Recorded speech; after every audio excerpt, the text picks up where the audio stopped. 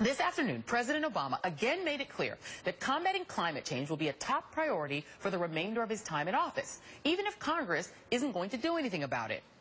The president announced a new set of executive actions to help fight global warming at a Silicon Valley Walmart, taking aim at those in Washington who refuse to face the facts and the science.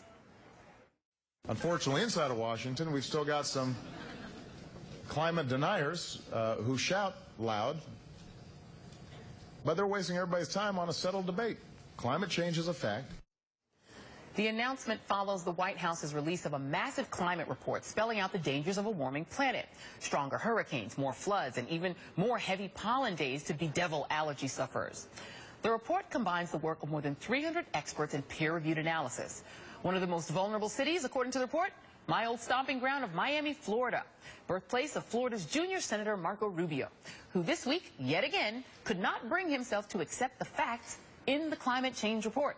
Instead, Rubio attacked the president. Here's what we need to do as policymakers, because that's what the president is. He's not a meteorologist.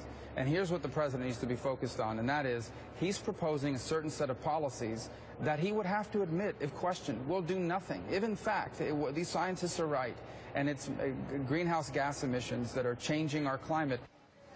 Remember when Marco Rubio told GQ magazine, "I'm not a scientist, man"? Well, you'd think he'd leave climate science to the actual scientists. Rubio is not the only prominent Florida Republican playing dodgeball when it comes to global warming. Fellow 2016 GOP prospect Jeb Bush and current Governor Rick Scott all declined repeated requests from the New York Times to be interviewed on the subject. Probably because their base, by and large, doesn't believe in climate change. So with the climate change bill stalled in Congress and Republicans continuing to avoid the facts, where does that leave the politics of a still warming planet? Joining me now, Sabrina Siddiqui, politics reporter for the Huffington Post. So, Sabrina, I want to start with on the Republican side, the sort of absolute blanket denial of climate change, at least on the side of their media and sort of their thinkers. Take a listen to Charles Krauthammer discussing global warming. It's the oldest superstition around. It was in the Old Testament. It's in the rain dance of Native Americans. If you sin, the skies will not cooperate. This is quite superstitious, and I'm waiting for science which doesn't declare itself definitive, but is otherwise convincing. I mean, comparing the science of global warming, which is near universal among actual scientists, to rain dancing and superstition. Is this a broad view among elected Republicans, and is this why we can't get anything done on climate change in Congress? I don't think it's necessarily a broad view among elected Republicans in Congress. Privately, I think they know that they have to address climate change sooner or later. The biggest problem facing Republicans is that if they publicly accept that climate change is a reality, then they're going to have to put forward proposals to deal with it, or they're going to have to endorse some of what the Obama administration is already doing. And a lot of the proposals to combat climate change entail taxing and regulating the coal, oil, and gas industries. These are industries that Republicans are heavily aligned with.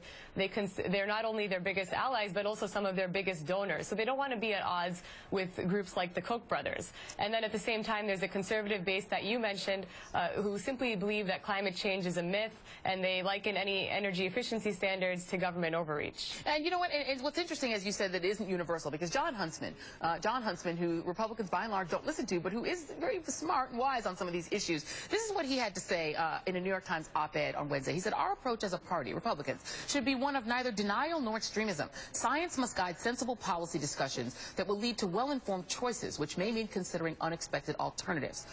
Aren't inspiring much confidence, especially among millennials who want at least an intelligent conversation on the subject. Where are those Republicans on Capitol Hill who are arguing at least to not look silly by, comparing science to sort of mythology in the most demeaning but not really convincing way?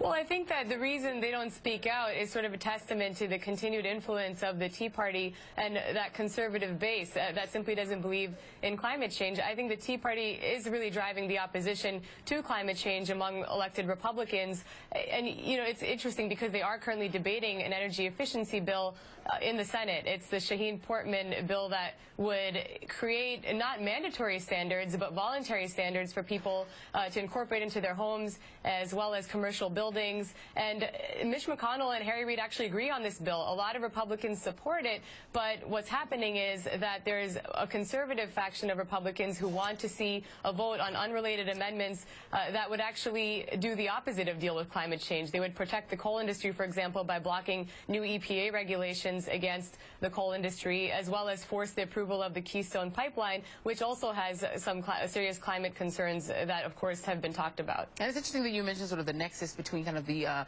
fossil fuel industry and the Tea Party, because there is a funding relationship, there's an ideological relationship. And what that's resulted in, of course, is very stratified polling. I want to let you take a look at this Pew poll from October, which showed 84% of Democrats believe in global warming, only 46% of Republicans. But when you break that latter figure down into Tea Party versus non-Tea Party, only 25% of Tea Partiers believe in global warming. 70%, almost as many Dems as believe it, don't believe in it. And among non-Tea Party, it's 61% who say, yes, we believe in climate change. With the Tea Party growing more unpopular even within the Republican Party, becoming a smaller faction, I guess, but no less vocal, is there a chance that you, as you see it, this year for sort of the regular order Republicans to prevail on doing anything at all when it comes to climate change? I certainly don't think anything is going to happen this year. It's a midterm election year, and we learned today that the Koch brothers are poised to spend $125 million this year helping elect Republicans to Congress. And their primary source of wealth is, of course, as a big oil corporation. So this is not the year for Republicans, even those sensible ones, to stand up and try to work with Democrats on combating climate change. I will say that, as with many issues that the Tea Party is very vocal and passionate about, it appears that climate change has become less about what some of these elected Republicans actually think with respect to the science, and more just taking an ideological stand against climate change. Yeah. It's sort of like abortion almost. You know, we've seen this slew of anti-abortion legislation related to fetal pain that completely ignores the science behind fetal pain, and a lot of moderate Republicans have been forced to back such measures, and I think climate change is kind of similar. They privately know that the science is real, but publicly they still are concerned with primaries, and they still are concerned with appeasing to that conservative base. Yeah, and that leaves the White House really to do executive action. I mean, the White House has